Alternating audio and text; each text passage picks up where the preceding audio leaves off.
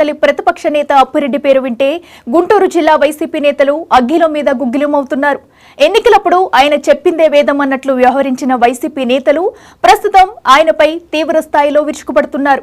అప్పిరెడ్డి అరాచకాలు తెలుసుకుని రాష్ట్ర నాయకులు కూడా వామ్మో అంటున్నారట.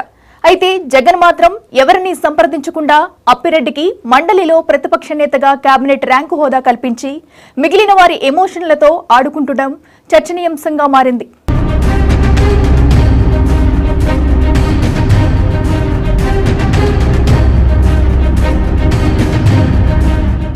ఏపీ శాసన మండలిలో మొత్తం 58 మంది సభ్యుల్లో 43 మంది వైసీపీ వారే ఉన్నారు. అందులో పలువురు బీసీలు, ఎస్సీలు ప్రాతినిధ్యం వహిస్తున్నారు. కేంద్ర మంత్రిగా పనిచేసిన డాక్టర్ ఉమ్మారెడ్డి వెంకటేశ్వర్లు వంటి హేమీలు కూడా ఉన్నారు.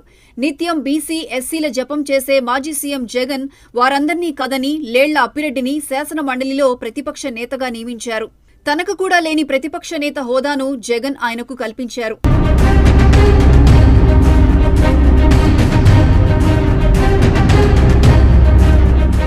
లేళ్ల అప్పిరెడ్డికి అపార రాజకీయ అనుభవం ఉందా అంటే అదీ లేదు. ఎన్ఎస్యుఐతో కెరీర్ మొదలుపెట్టి కాంగ్రెస్ పార్టీ పదవులు, మార్కెట్ యార్డ్ చైర్మన్ వంటి నామినేటెడ్ పదవులతోనే ఆయన రాజకీయ జీవితం గడిచిపోయింది. కాంగ్రెస్లో కనీసం ఆయనకు ఎన్నికల్లో పోటీ చేసే అవకాశం కూడా దక్కలేదు. వైసీపీలోకి వచ్చాక అప్పిరెడ్డికి 2014లో జగన్ గుంటూరు పశ్చిమ టికెట్ ఇచ్చినప్పటికీ పరాజయం పాలయ్యారు. దాంతో 2019లో జగన్ ఆయన్ను పక్కన పెట్టేసి 2021లో ఎమ్మెల్సీని చేశారు.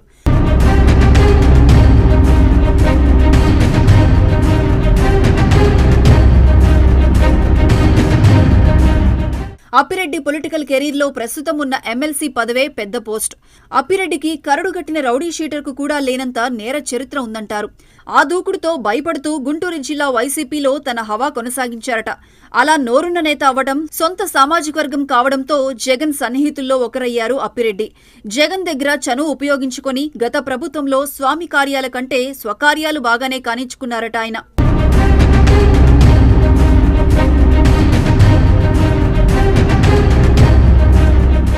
తన వర్గానికి సంబంధించిన వారందరికీ పదవులు ఇప్పించుకోవడంలో సక్సెస్ అయ్యారు అప్పిరెడ్డి. గుంటూరులో మాస్ లీడర్గా పేరున్న ఆయన జిల్లాలో మరో వర్గం నేతకు పదవులు రాకుండా అన్నీ తనవారికే కట్టబెట్టారన్న విమర్శలు ఉన్నాయి. అయినా జిల్లా వైసీపీలో ఎవరూ ఆయనకు వ్యతిరేకంగా వాయిస్ వినిపించే సాహసం చేయలేదు. పార్టీ పరాజయం తర్వాత అందరూ అప్పిరెడ్డిని టార్గెట్ చేయడం మొదలుపెట్టారు. తోటి నేతలకు తీవ్ర అన్యాయం చేశారని ధ్వజమెత్తుతున్నారు.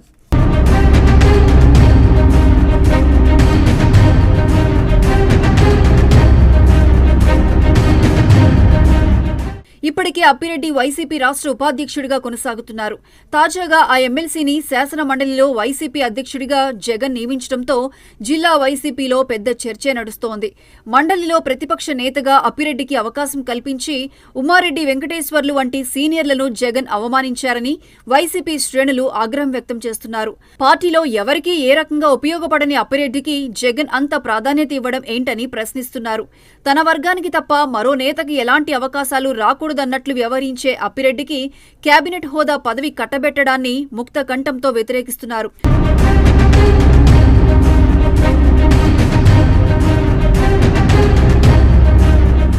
గుంటూరు జిల్లాలో పార్టీ తీవ్రంగా నష్టపోవడానికి కారణం అప్పిరెడ్డి అని విమర్శిస్తున్నారు. మాజీ మంత్రి విడుదల రజని గుంటూరు వెస్ట్ అభ్యర్థిగా వచ్చినప్పుడు అప్పిరెడ్డి హవా కొంతమేర తగ్గించే ప్రయత్నం చేశారు. కానీ ఎన్నికల తర్వాత పార్టీలో మళ్లీ అప్పిరెడ్డి హవానే కొనసాగేలా జగన్ అవకాశం కల్పించడాన్ని వైసీపీ శ్రేణులు జీర్ణించుకోలేకపోతున్నాయి.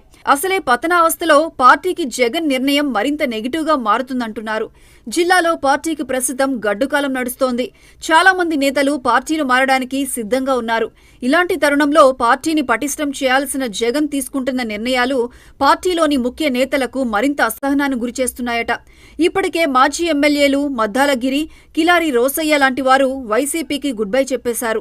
రోసయ్య అయితే అప్పిరెడ్డితో పాటు జగన్ ని టార్గెట్ చేసి బయటకు వెళ్లిపోయారు. కూటమి నేతలు డోర్లు తెరిస్తే మరికొంతమంది నేతలు ఆ పార్టీలో చేరడానికి సిద్ధంగా ఉన్నారు. ఇలాంటి పరిస్థితుల్లో అప్పిరెడ్డి విషయంలో జగన్ పునరాలోచన చేయాలన్న డిమాండ్ గట్టిగానే వినిపిస్తోంది.